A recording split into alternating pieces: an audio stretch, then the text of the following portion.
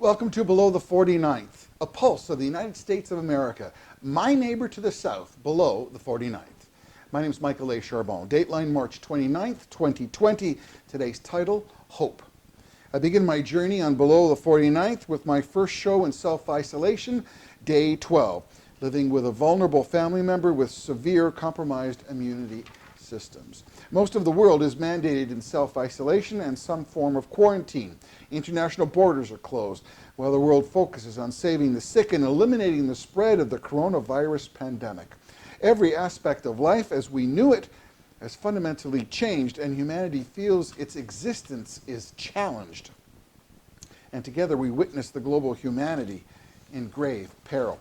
Today, society turns to social media, television, and cable news for up-to-the-minute immediate updates. We absorb and digest frightening statistics counting deaths and infected individuals like sports scores. Never could we have ever conceived the reality of this statement. Still, many stay glued in horror as the numbers continue to climb every day.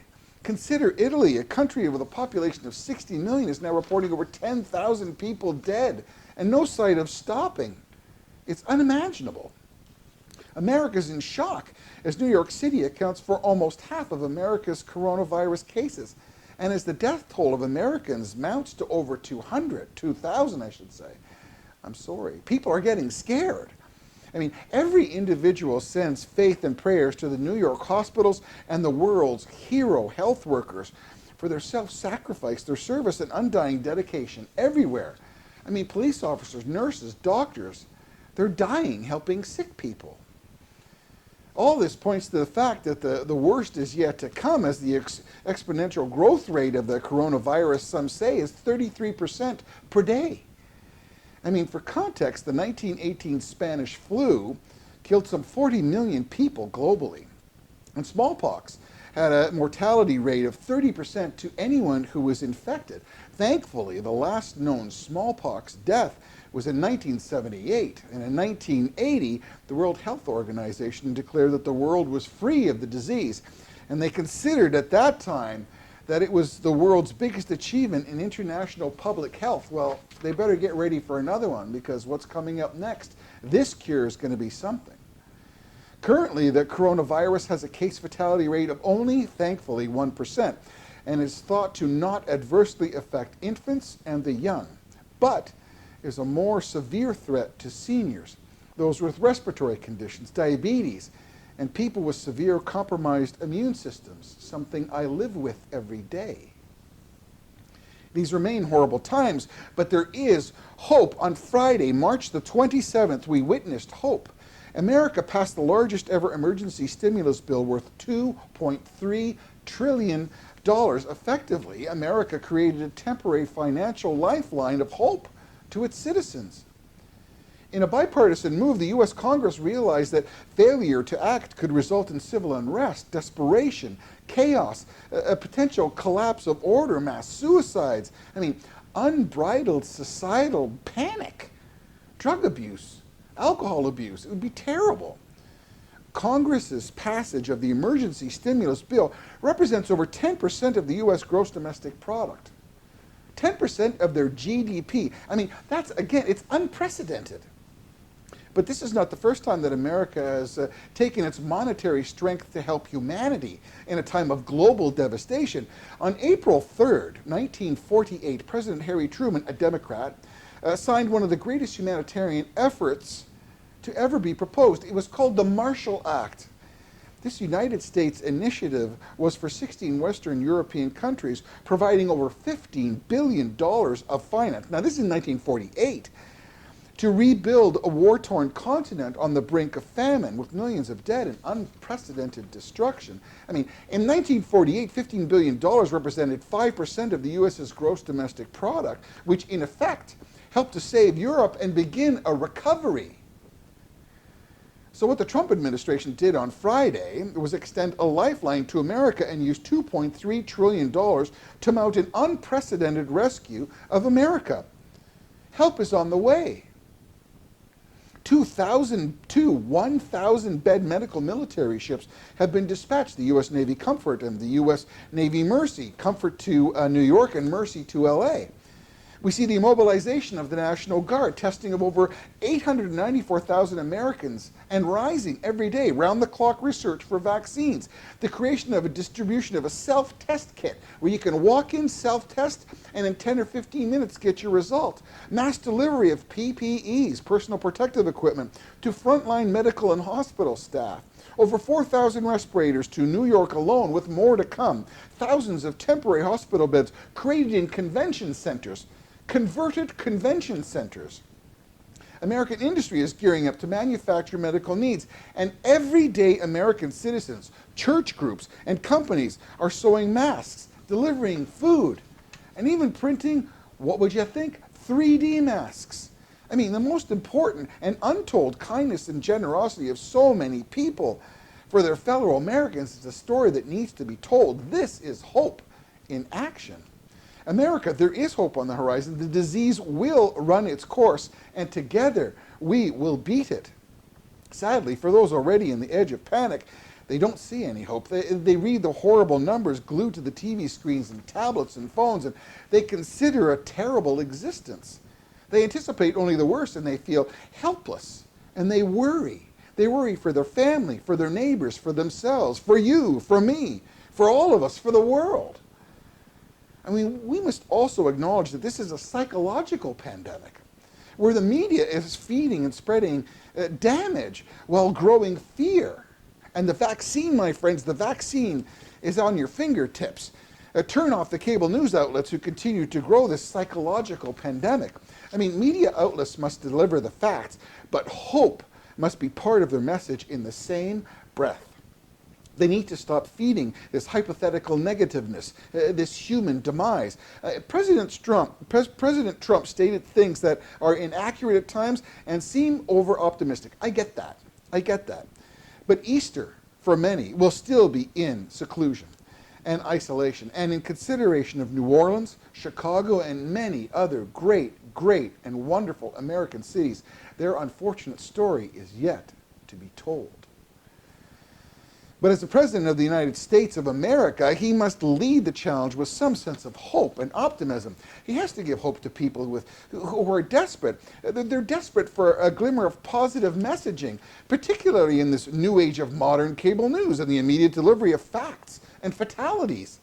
I mean, when a major American news media outlet suggests that the public should not watch the President's daily coronavirus press briefing because it is toxic, he's wrong.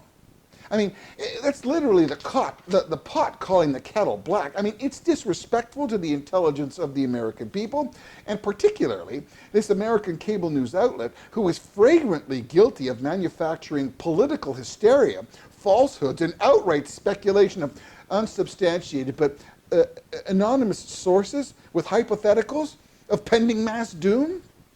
I mean, but wait, you got to understand, right? It's produced really nicely. We've presented it really well.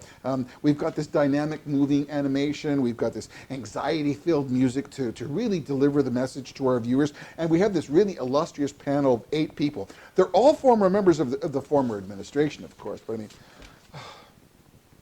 but each one of those people sitting on that panel are culpable in helping the host in his 3-hour block. You know, this old backseat driving pessimism, incessantly picking fly poop out of pepper. I mean, personally, I'd rather watch the press conference where the president and the vice president and like sometimes 11 key people who are instrumental in the fight for America, you know, they deliver a daily report with facts and invite questions for at times 90 minutes at a time, live, with no interruptions. It's not censored or altered. It's raw. I mean, this is the epitome of reality television. That's news. I mean, really, a viewer can accept and digest the reality of their comments and statements without cable news' interpretation and their rhetoric. Governor Andrew Cuomo on Friday delivered an inspirational and positive message with the reality of some of the most dire facts. This governor, Cuomo, he did a great service to his people, and he truly is a proud leader of his state. And I'm going to tell you, if the election was in 2021, Cuomo would be the Democratic candidate, hands down. But that, my friends, is a discussion for another Below the 29th. But seriously, Dr. Deborah Bix, you know this lady, she's the kindest, most genuine lady who has risen as a clear, realistic, calming medical voice of reason and accuracy in these times. When she makes a positive statement about the work and what the administration and the resources that are being put into this, the accomplishments that are being done for America, a major cable news organization states her words are a translation from a North Korean propaganda statement. Really? I mean, another news GQ guy, you know, the morning guy, he states that the administration is sentencing American veterans to death because of the pace of the virus and the administration's actions and lack of it. How can you say that to an 80-year-old veteran watching? That's not true. When a reporter attending a press conference asked the president, Mr. President, how many deaths are acceptable? Like how many deaths are acceptable? None, of course. I mean, never, no deaths. I mean, but to ask it in that way to a leader of a country in times of severe crisis when he's speaking to the nation, how many deaths are acceptable to you, Dinkle Fritz? I mean, you just want to reach out and slap the guy in the head when you're afraid his brain's going to fall out. I mean, oh, this is a beauty. Another one asks if the president can guarantee to every person in America who needs a respirator will get one. No CEO, no candidate, no president, no leader would ever make a guarantee like that. It's impossible. Not to mention speaking to a nation with a population of over 300 million. What answer are you expecting? And that was a question from an ABC journalist, not a cable news guy. These gotcha questions, they supply immediate media content. Media content. Remember that any answer will be picked and parsed and dissected and through kind of innuendo say something completely different. What if? What if, you know? These questions are calculated to supply cover and support to a political objective that is contrary to the political ideology of the current administration. What a bunch of gobbledygook. I mean, but this is the reality that you're with now in a time of crisis. I mean, can you imagine questions like that occurring in any other arena other than U.S. politics? I mean, I'm embarrassed for these people. I mean, I'm embarrassed for my profession. I mean, it's blatant media self-serving. I mean, but some people still remain glued to the TV and play along at home. Thank goodness the press updates are live so Americans can see for themselves the whole question and the complete raw answer. I mean, they've got ratings that are better than an NFL playoff game. No kidding. I mean, imagine a person who has lost his job, no pay coming in, April is looming, the fridge is bare, the kids are at home, locked down at home, and someone with existing conditions is fearful even of the daily newspaper entering the house. That's you. That's me. That's where we're at right now. I mean, to hear these egregious cable news statements, these discussions and accusations and questions, does America a grave, grave disservice. Thank goodness for Dr. Sanjay Gupta, my goodness. Now there is a human of great exception on cable news, and that we can listen to, and that we can believe in, and that we can hope in. Thank you, Dr. Sanjay Gupta. I mean, some Americans realize that the media has biased on both sides, you think, be it blue, be it red.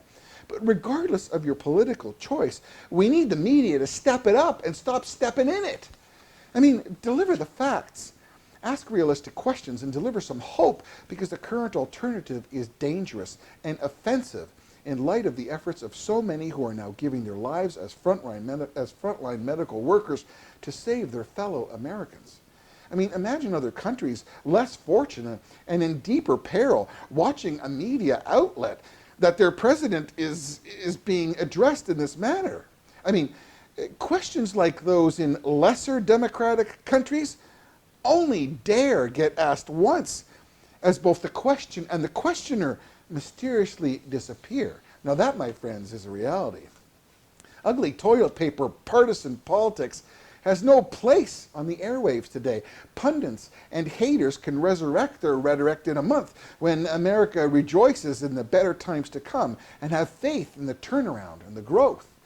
I mean, hope and reality must be said in the same sentence in times like these. Without hope, many cannot realize a positive conclusion. And there will be a positive conclusion. Rich countries can afford to shut down to stop a pandemic. America is so very fortunate its government is acting in the magnitude that it has never done before in peacetime. It's unprecedented. The pandemic is undeniable, yes. But today and tomorrow, we must adjust to the new normal. And North Americans' resilience, that's the new normal. And a new normal results in innovation. And innovation and positive action is hope to so many who need that message today and right now. Together, we must help those on a cliff of desperation and depression. Phone a friend, check in, be positive and supportive. Together, we can beat this. It will come to an end. I appreciate your time. I apologize for the length of this, being my first submission to you. Please leave a comment below at belowthe49th.com. I'll read both positive and negative comments in my next submission. Share and like this piece if you can, and forward it to your media outlet if you feel it was worthy. I truly thank you for those considerations. Until next time, be safe, God bless, and on day 12 of isolation, my name is Michael A. Charbon, and this is Below the 49th.